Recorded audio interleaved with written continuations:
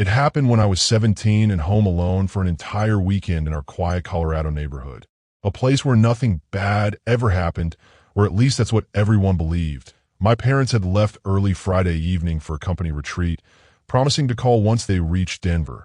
And the moment they left, I felt this strange heaviness in the house, like the walls themselves were listening. But I shook it off and started studying in the living room while the winter wind howled.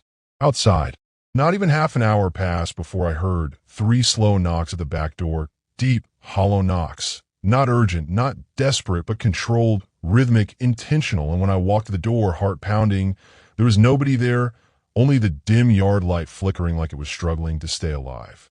I told myself it was probably the old tree branches hitting the siding again, until 5 minutes later when I got a motion alert from our backyard camera.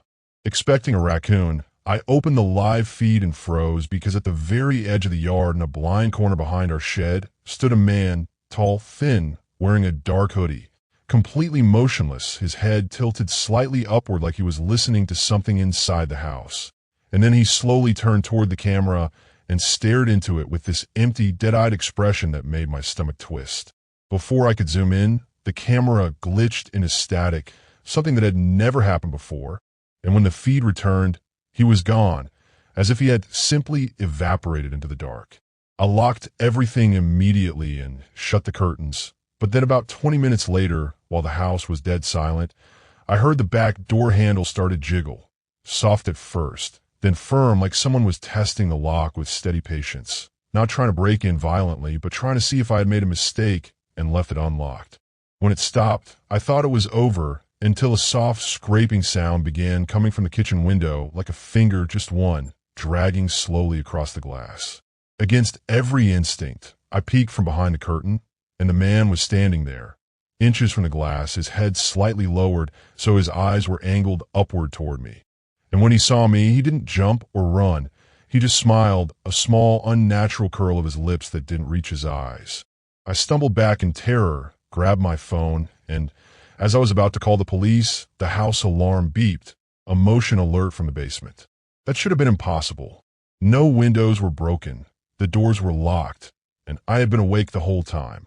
I could hear the faintest creaking of the old wooden stairs as something, began climbing them slowly, like whoever was down there was in a hurry because they already knew exactly where I was. I backed toward the front door, but as I reached for the lock, the basement door at the end of the hallway opened just a few inches, and a pale hand with long, dirty nails wrapped around its edge, pulling it back slowly, almost teasingly, as if whoever was behind it wanted me to see them reveal themselves. I threw the door open, ran outside barefoot into the freezing snow, sprinted across the street to my neighbor's house, and begged them to call 911.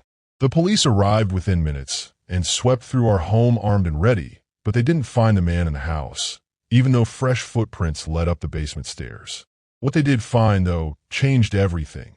In the basement, behind the water heater, was a small crawlspace door that my family always assumed was just part of the foundation. The officers pried it open and discovered blankets, old food wrappers, a half-broken flashlight, a small backpack full of clothes, and a disposable phone containing nearly 40 pictures of me inside my house over the past month. Me sleeping, me eating, me playing video games, me coming out of the shower, taken from.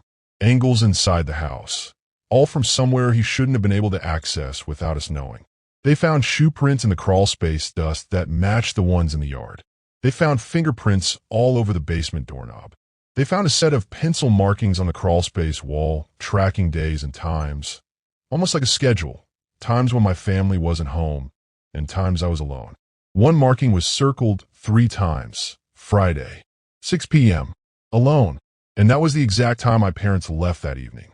The police concluded he had been living under our house for at least 3 weeks, coming out whenever he knew we were gone, walking through the house at night, and standing over us while we slept. But here's what still keeps me up. The officers said the crawlspace had a second, smaller exit that led out behind the old shed, the same spot where the camera had caught him earlier. He had slipped back into the woods before they arrived. He knew the layout better than we did. He watched us long before we watched him. And the worst part? 2 weeks after the incident, our backyard camera caught motion again, 2:14 a.m. When my dad checked the footage, We both saw the same tall figure standing at the corner of the yard, staring at the house, just like before. He stood there for 5 minutes without moving, then walked back into the tree line and vanished. The police still haven't found him. And sometimes late at night, I hear faint footsteps inside the walls, like someone dragging their fingers along the wood, slow, patient, as if they're trying to find the right moment to come back inside.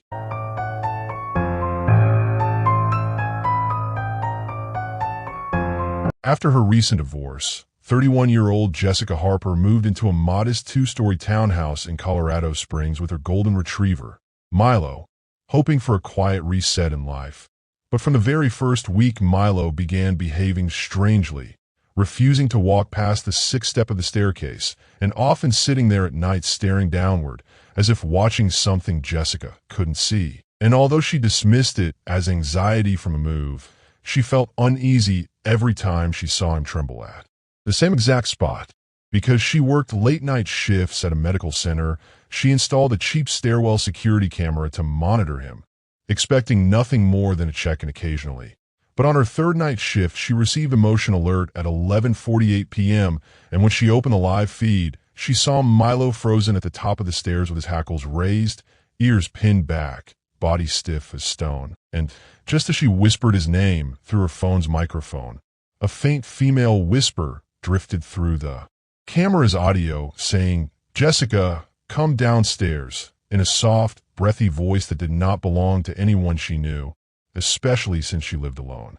Before she could even process what she heard, an unnaturally thin, pale arm appeared at the bottom corner of the stairs. Just the arm, nothing else, its long fingers wrapped around the wall, twitching and stiff, broken motions like the joints were bending the wrong direction. And Milo immediately exploded into frantic barking while the arm jerked backward and disappeared from the frame before the camera glitched into static and cut out completely. Petrified, Jessica called the police, who arrived and searched the entire townhouse, but found no sign of forced entry, no hidden intruder, and no explanation for why Milo had been discovered trembling on top of the kitchen table. But what disturbed Jessica even more was that the portion of footage showing the whisper and the arm had somehow been deleted from her camera, even though she never touched the file.